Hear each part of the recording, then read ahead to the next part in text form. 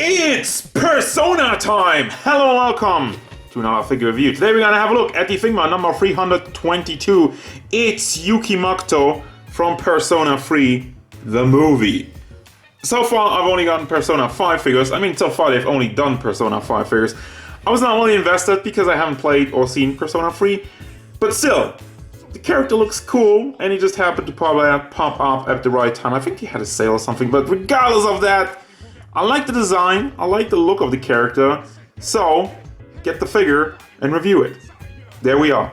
He's definitely pretty cool. I like the style of these Persona type characters, especially the hero ones. He stands at about 14.5 centimeters to the top of his head if we're stretching him out.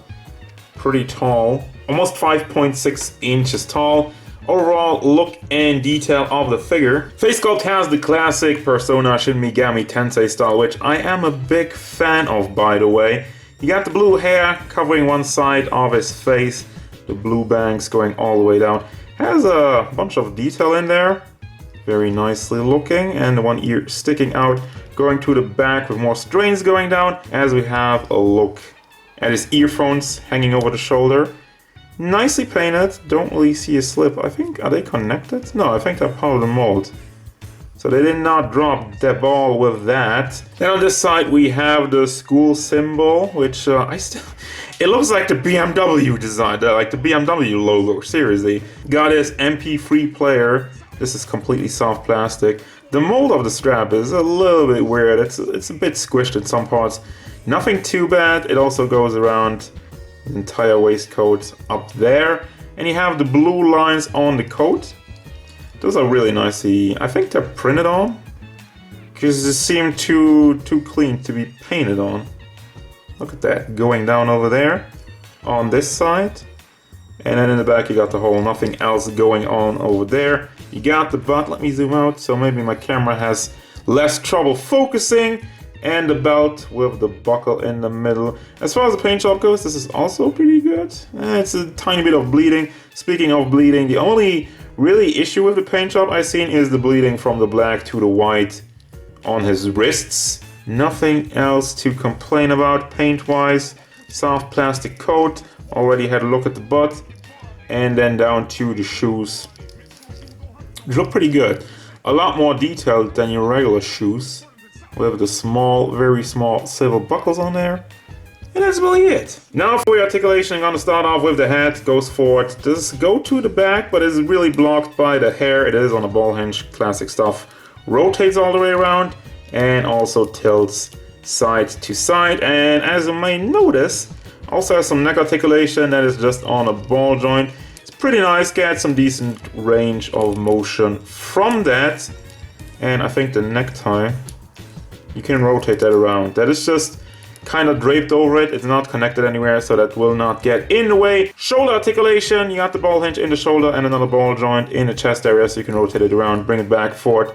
Goes up and down on the hinge and has also rotation in it. Flat ball hinge in the elbow and another ball hinge at the fist, up, down, rotation. For your chest area, we got another joint that goes forward to the back, and also has a little bit of wiggle motion. It's not the greatest, also rotation in it. Doesn't go all the way around, but you get some out of it. Then for the lower part, you got the leg disconnecting. That's not really a feature. I love how they molded his shirt. It just sticks out a little bit, so it looks like a wrinkle, but it looks clean for articulation. Doesn't leave any gap backward, goes forward, and also tilts side to side quite a bit, and has also rotation in it. For the legs, the one that's still on there goes up very far. The crotch piece is soft plastic, also interchangeable. You get a different crotch. Goes out to the side and goes to the back.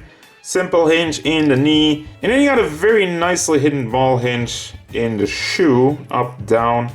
Has some rotation to the side. And a toe hinge, which is completely blocked. There you go. Now it works. For your accessories, you got the good stuff. Two faces, one rare. He's a little bit smiling, a little bit smirking, and then a little bit angry. So it really doesn't change that much, but that's part of the charm of the character. You get his big sword. That one's actually very nicely painted. Let me take that out. I don't like to take out everything because, like, especially for the gun that's so small, I just fumble around. But the sword, wow, the detail on it is actually pretty stunning. It looks like something out of Fate. I'm gonna give that to Saber. No, just kidding. Really looks cool. I like the paint on it.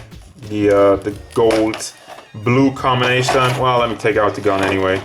I said I was gonna do it, but yeah, the problem is like, how do I show it? It's so small. Wow, super shiny with the handle on it. It looks great. I love it. And even more detail on this side.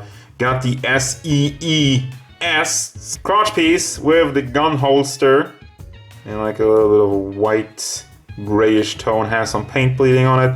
Other than that, it is nicely done. Soft plastic crotch piece. And then you got the SEES armband, which stands for, I got my cheat sheet, Specialized Extracurricular Execution Squad.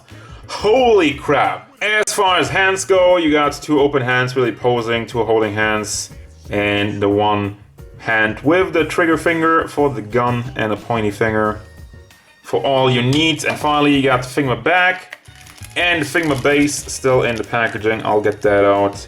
And also you always have like the one little replacement pack in case you've been wondering, and the other part for on the base, and that's your accessories. And it's gonna do it. It's gonna bring me to the final thoughts, and don't get any weird ideas with this pose. This is how he summons his persona. Just saying. But yeah, this figure is pretty good.